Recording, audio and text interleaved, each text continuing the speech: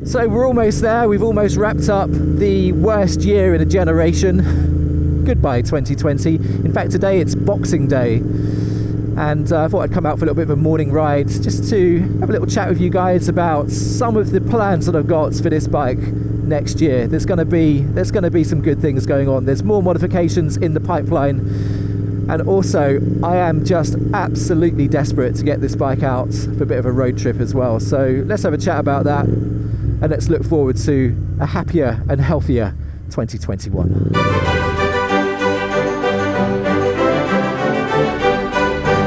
So plans for next year on the Royal Enfield Interceptor 650. Well, the first thing I want to talk about isn't a mod, but it's something I've just been absolutely itching to get done this year, and for obvious reasons have not been able to do so. And that's to take this bike on a proper tour. You know, a long weekend away, probably Wales, something like that, maybe Scotland, but to get this bike out and see what it's like for a bit of long distance travel, take it camping, get it loaded up with all the gear, and just get away from it all on this beautiful machine. And actually recently I uploaded a video talking about my luggage for this bike, and in fact for the other bikes that I have, and that's the Krieger dry pack system. I'll leave a little thumbnail to that video up here so you can click on that and enjoy that in your own time. But in making that video I was absolutely amazed at how much luggage you can get on this bike because of the size of the passenger seat. There's loads of space behind you. I actually stacked 50 litres and strapped it onto the back of this bike, and that's all my camping gear, sleeping equipment, spare clothes, you name it, tools, everything like that. So there's absolutely no reason why you couldn't take this bike on a really decent camping trip. I'm definitely, I can't wait. I've got to get it done. The second we get a bit of spring and a bit of vaccine, I'm doing that. Oh my God, it's absolutely dead. Where is everybody? I think for the first time I'm missing the crowds in London. It's just too weird. I've got this little ball that goes in here this is a proper RAM mount system here, but this little ball here is a fake one I bought off Amazon. It's rubbish, it keeps moving about. So what about the mods then? I know you're all here to hear about the mods, and I have got some plans to keep going with this bike.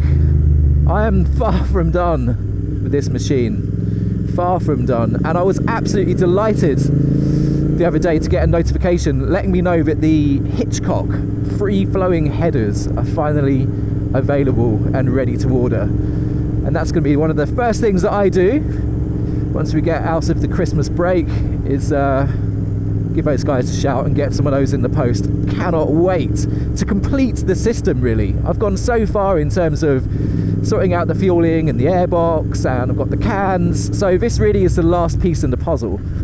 And I resisted with all my might going for the Tech Bike 2-to-1 system, because that was a kind of more of a free-flowing system. I wanted to keep that classic twin pipe setup. I'm glad I waited. So yeah, literally, woo! Cannot wait. You're going to save around 5 kilos with those pipes, so a little bit of weight saving. Actually, that's pretty significant. 5 kilos saved there. If you add that to the fact that we've also saved a ton of weight with these Scorpion Red Power cans, so that's going to be a much lighter setup there on the bike. And there have been some anecdotal reports that it adds a little bit more power to the bike. Honestly, I can't report on that. I'm not sure whether it will or not, and I don't really think it's that important. I think it's going to be great just to shave a little bit of weight to improve the soundtrack even more, and of course from an aesthetic standpoint, I know it's a little bit tarty, but I am looking forward to some nice bluing of the pipes, because they have a big bore. They don't have a kind of double walled system like the factory pipes. You can expect a nice bit of classic colorization on those pipes too. They're pretty pricey. I think they're going to come in at around just under £400 by the time you add VAT and all that. So yeah, a little bit punchy, but they look like they're quality parts. Anyway, I'm going to give it a try, see what happens. I'll be your guinea pig. Let me test it for you. It's definitely going to be interesting to see whether all of these changes results in the requirement for a new map on the bike. I know this is a learning ECU and it can kind of tune itself to an extent, but I've changed an awful lot now. The air filter, the end cans, and now the headers. So it would be interesting to see how it copes with that. But you know what they say, life is all about learning. If you don't try, you'll never know. what they tell you on paper versus what you feel in reality are often two very different things. So, you know, I'm going to get in there, stick them on, see what happens. I can always take them off again. It will be fine. It will be fine. So other mods and other plans for 2021. So I have been promising myself for so long that I'll get the tyres changed on this bike. And that definitely is on the cards. I think I'm probably going to go for an Avon setup. Get these cross-ply Pirellis off the bike. I'm not going to talk too much about these tyres, so no, it's an extremely controversial subject. But the reality is, you go and check out the Pirelli website and look at the Phantoms. Look at how they advertise the Phantoms all over the place. They are sold as a radial tyre. Yet on this bike, they're a cross-ply. And that might have something to do with the fact that this bike runs tubes. It might have something to do with the fact that it's a hell of a lot cheaper to produce very, very old-fashioned style tyres than radials. Who knows? Who knows? Now, one of the other things I really want to get stuck into next year is the suspension on this bike. Just tuning it and making it as good as it can be. As you know, I've got the YSS springs up here in the forks. And I've been doing a little bit more research into how best to get those set up on your bike, and I feel like I might have missed a bit of a trick when I installed these. A lot of people are, I think, rightly saying that because you've got emulators in here that ultimately govern the flow of the hydraulic fluid, you need to bore out the compression rods. Now, it's not something that was listed in the instruction manual, so at the time I didn't do it, but you know, more research and thinking about it logically, it does make sense. So in order for these emulators to be able to do their job, you have to remove any bottleneck that's potentially in their way.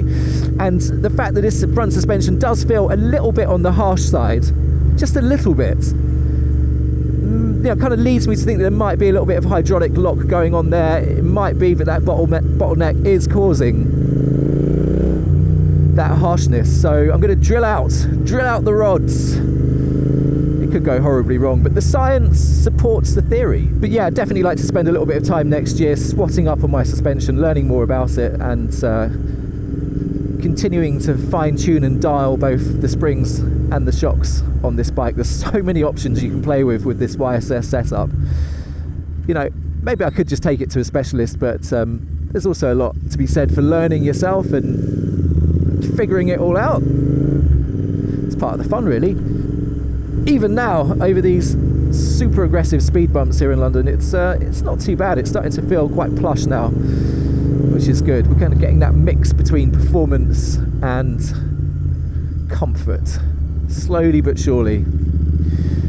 So before we wrap up, I want to say a massive thank you to whoever recommended these on the channel. These are the grip puppies. I've got these installed. Absolutely love these. Give you a little bit of extra squidginess on your grips here.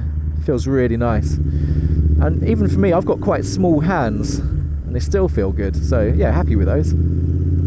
So there you go. That's just a few plans for 2021. And again, I just want to say a massive thank you to everybody who's been getting involved with the channel. Thank you so much to everyone who's subscribed. And I suppose all that is left to do is to wish you guys a very, very happy new year. Honestly, let's just keep everything crossed that it's a little bit better than the last one. I'm sure it will be. So chin up, everyone. Let's bring on 2021.